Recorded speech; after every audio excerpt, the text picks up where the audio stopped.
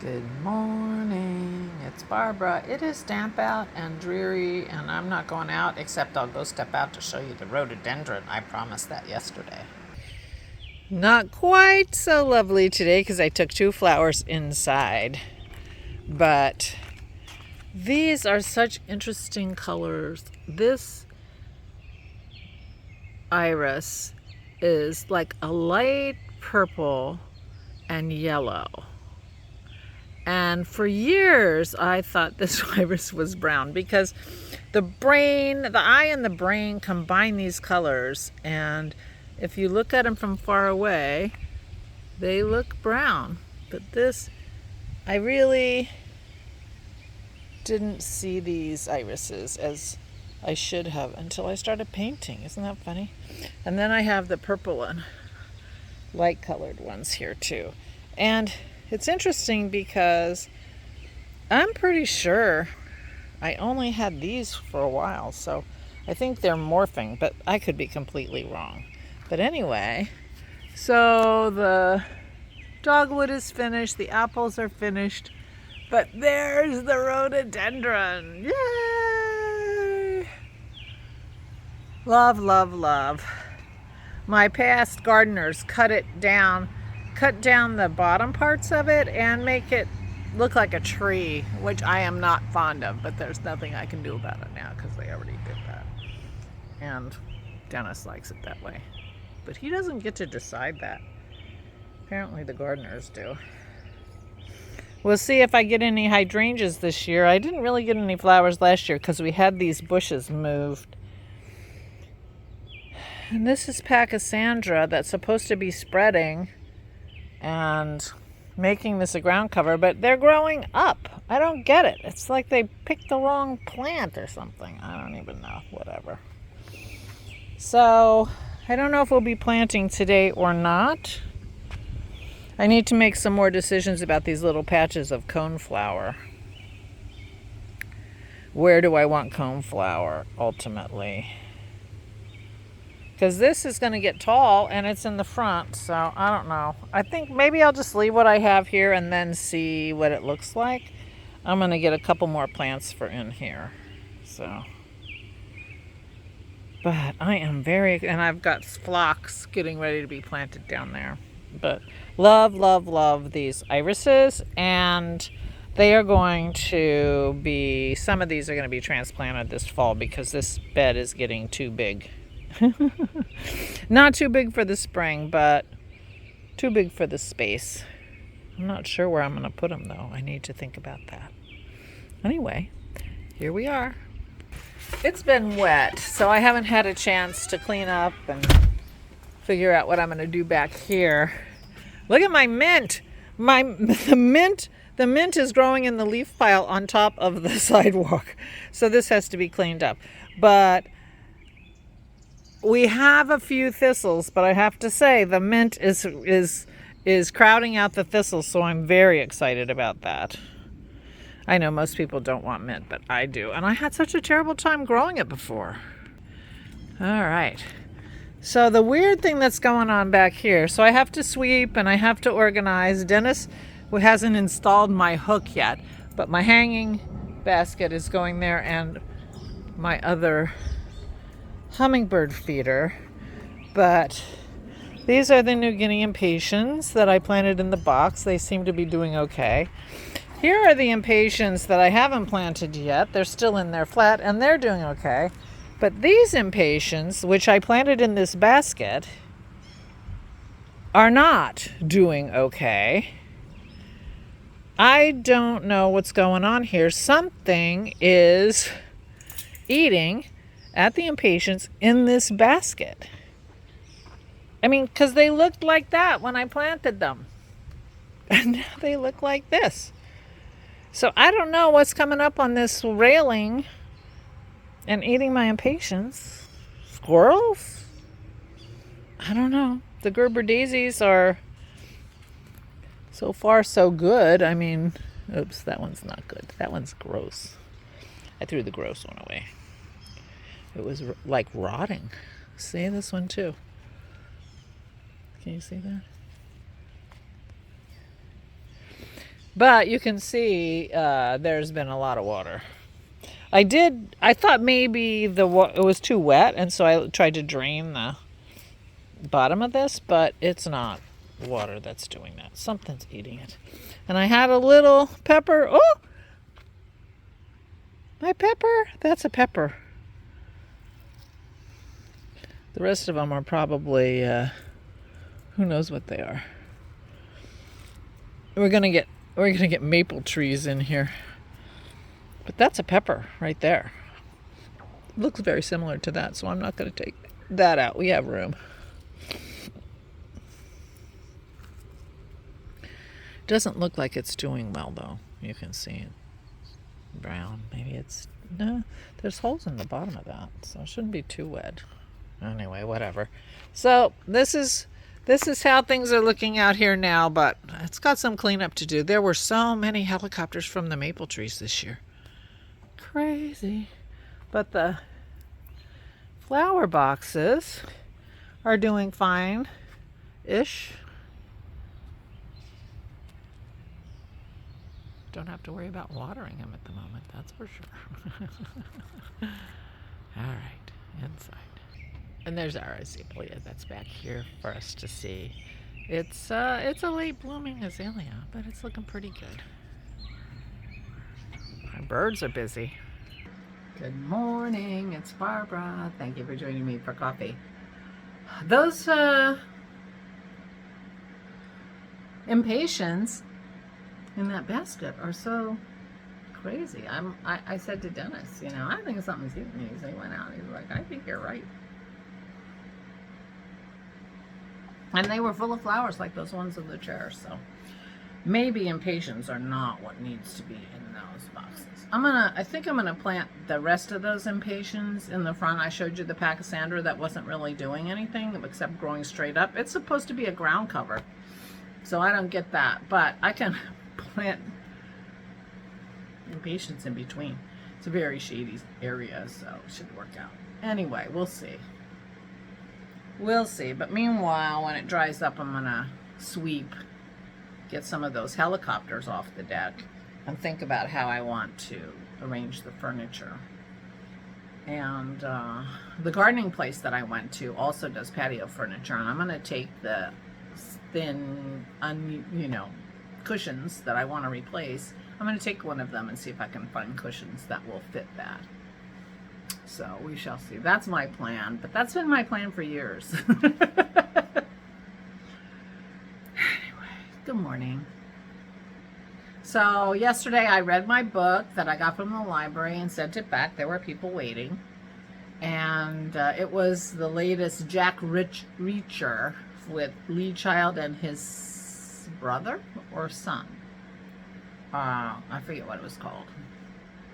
But it took place in the 90s when he was still in the Army. Jack Reacher is, lots of his books, he's a former MP in the Army, kind of a superhero kind of guy. Goes around and helps people. He's sort of itinerant. But anyway, this book took place while he was still in the Army as an MP. I enjoyed it. And I made popovers, but other than that, I really didn't do very much. I was trying to chill, and that's what I did. But the other thing I did was made some phone calls. We're trying to figure out sort of a permanent solution to my parents' situation. My mom is weak. She can't remember that she can't really walk, so she has to be watched kind of all the time, which is why my brother and I are taking turns being with her or hiring someone to be with her 24/7 while my dad's not there. But the thing is, when my dad is there, then he's on 24/7. And that's not exactly true. We've been having home health people come in 3 days a week to give him a break, and he can go down and eat without her and go to his physical therapy, things like that. But it's not a solution. He works too hard. Because they're understaffed, they're lovely people. He hates to push the button because he knows they have too much work to do. And it takes a long time for them to answer. So on some level, it doesn't do any good. You know, if my mom says, I got to go to the bathroom, you know, he pushes the button and they show up 25 minutes later. Yeah. And with, you know, so anyway, Daddy suggested, and we are working on implementing the plan where my mother is going to go and be in the memory care unit of Harmony on the first floor in a room by herself. And they, you know, have completely different protocols, and we're going to go and see them on Monday, my brother and I. And in theory, they are staffed and trained to take care of her in her current condition. And then my father would stay in the apartment that they're both in now. And so he's on the third floor, she's on the first floor. He can be with her all day or however long he wants or she needs. But when he goes back to his apartment, he can sleep. Which, you know, he's a light sleeper and he's always on the alert for her. So he's, you know, it hasn't been good for his health to be her caregiver, and it's been very frustrating for us because they pay someone else to be her caregiver and it hasn't worked out. So I had a few words yesterday.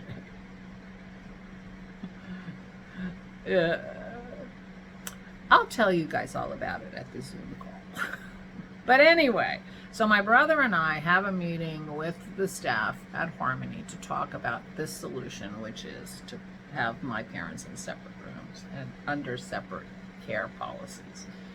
And we're hoping that that will work. I am thinking that I don't know how much my mother might actually thrive or do fine. I'm worried she'll go downhill.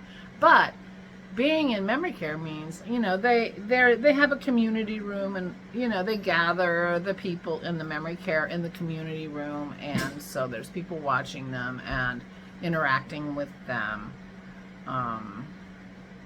And she doesn't get a lot of interaction except my dad and the people who bring her pills.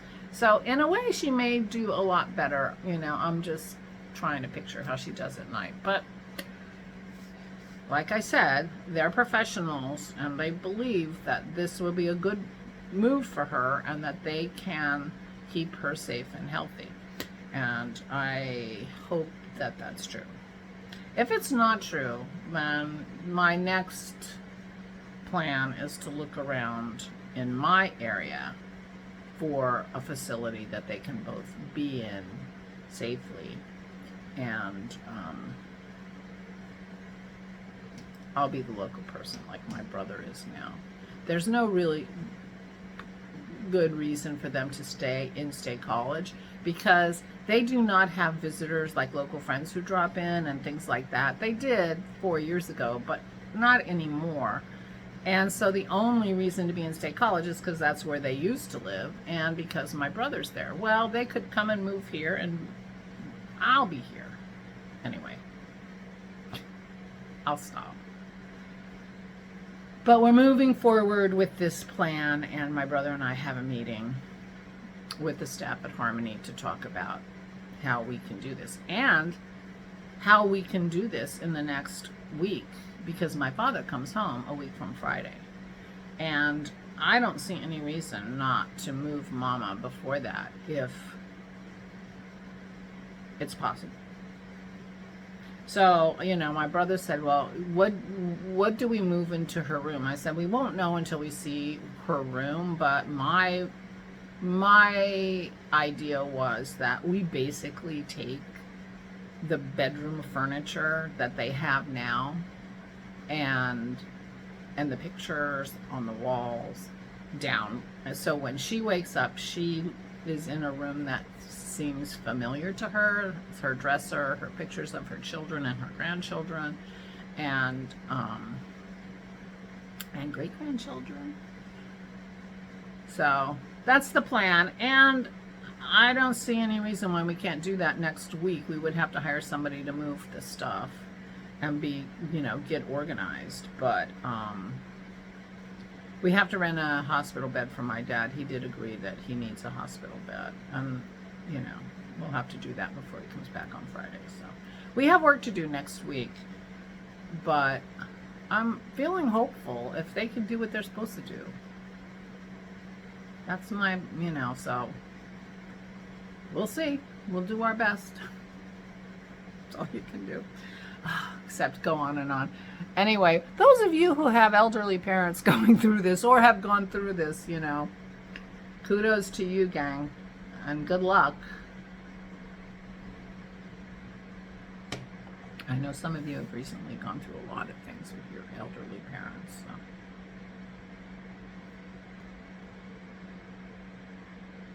Thought I saw something flying near my impatiens that are being eaten. So meanwhile, today I have no idea what I'm going to do. I might do some planting. If it gets a little sunny, I'll be sitting out on the deck enjoying my flowers. I do have a couple of sweaters that I'm washing, sort of my everyday schleppy sweaters that are sort of equivalent to a light sweatshirt for me in terms of how I wear them. I rarely wear them. I was going to say I rarely wear them out, but I don't go out. I wear them from front of you. One of them is almost like jammies. Anyway, I'm washing them, but that's the only thing. And they're super wash. I think I'm going to dry them too in the dryer. That's how schleppy these sweaters are. Other than that, I have no idea. So I'll let you know tomorrow if I can remember. But meanwhile,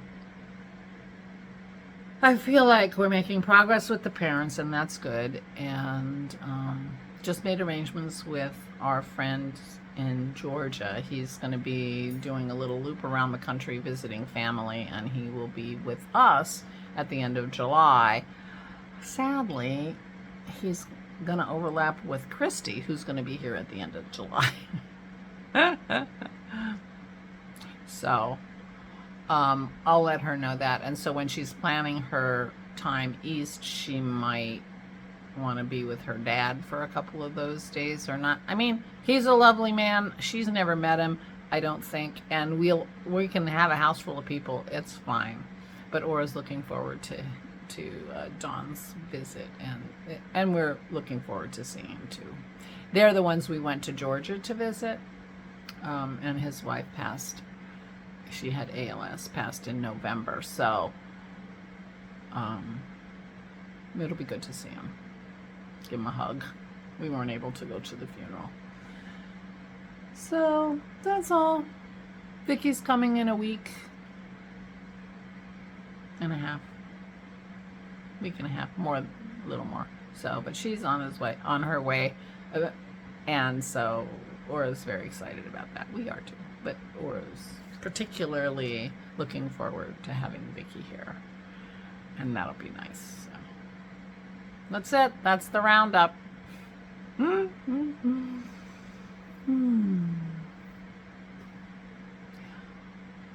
Meanwhile, please take good care of yourselves. Please, please stay safe and stay sane.